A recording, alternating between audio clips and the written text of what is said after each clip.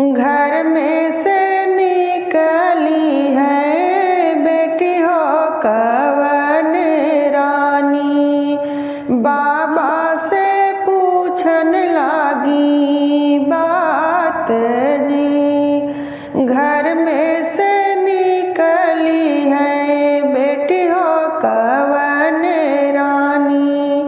बाबा से पूछन लागी बात जी।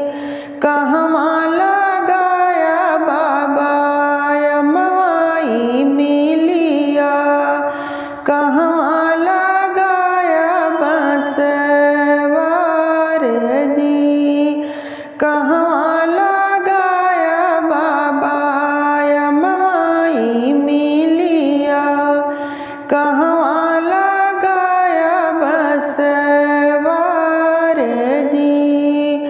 कहवा लगाया बाबा बेली के फूलवा। जेकर शीतली बयार जी। दुअरा लगाए बेटी अमवाई मिलिया। खिड़की लगाए बसवार जी। दुअरा लगाए बेटी अमवाई मिलिया। खिड़की लगाए बसवार जी।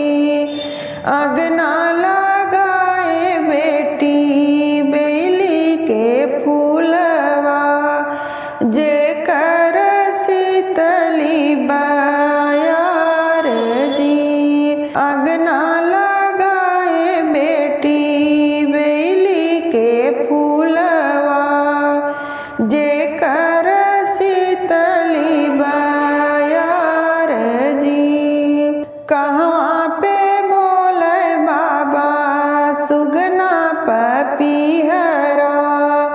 कहवा पे बोले कागजी।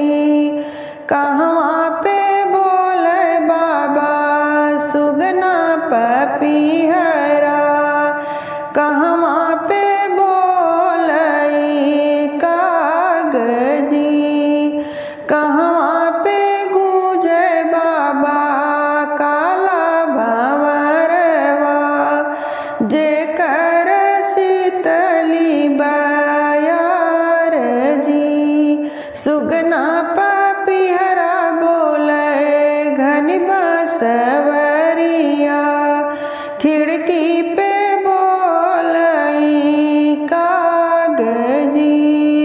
सुगना पपीहरा बोले घनी बसवरिया। खिड़की पे बोलई कागजी। अगने में गूंजे बेटी काला भंवरवा। जेकर शीतली बयार जी। अगने में गूंजे बेटी काला भंवरवा। जेकर शीतली बयार जी। हथवा में ली बेटी बांस की डेलरिया। फूल तोड़े चली फूलवार जी। हथवा में ली बेटी बांस की डेलरिया। फूल तोड़े चली फूलवार जी। फूलवा जे तोड़ी बेटी धरली डेलरिया। भंवरा जे लागी मेड़राई जी। फूलवा जे तोड़ी बेटी धरली डेलरिया।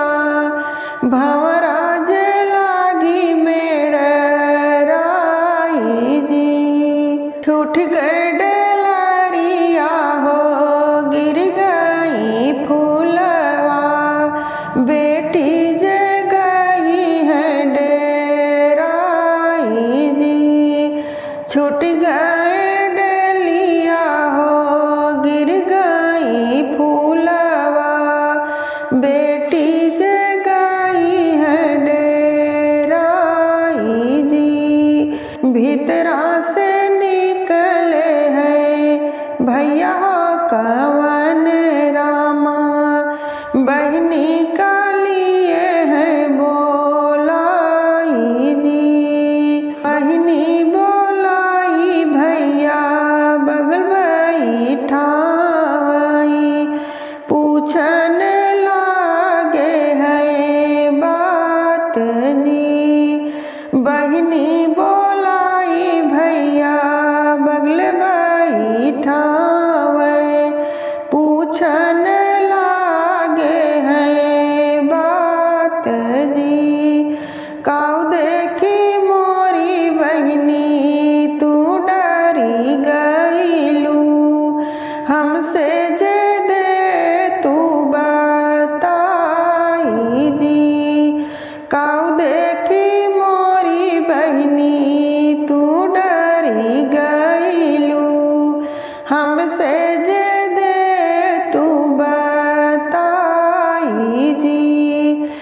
बाबा फूलवरिया जे फूल तोड़ गईली भंवरा जे गूंजे फूलवार जी। बाबा फूलवरिया जे फूल तोड़ गईली भंवरा जे गूंजे फूलवार जी। उह देखी मोरे भैया हम डरी गईले हथवा से छूटी गई डेलरी जी। उह देखी मोरे भैया हम डरी गईले हथवा से छूटी गई डेलरी जी। भीतरा से लावा बहनी फरसा कटरिया फूलवा के काटी बाई जी। भीतरा से लावा बहनी फरसा कटरिया फूलवा के काटी बाई जी। नाही रही है बहिनी हो बेली के फूलवा नाही ले है भंवरा बसेर जी।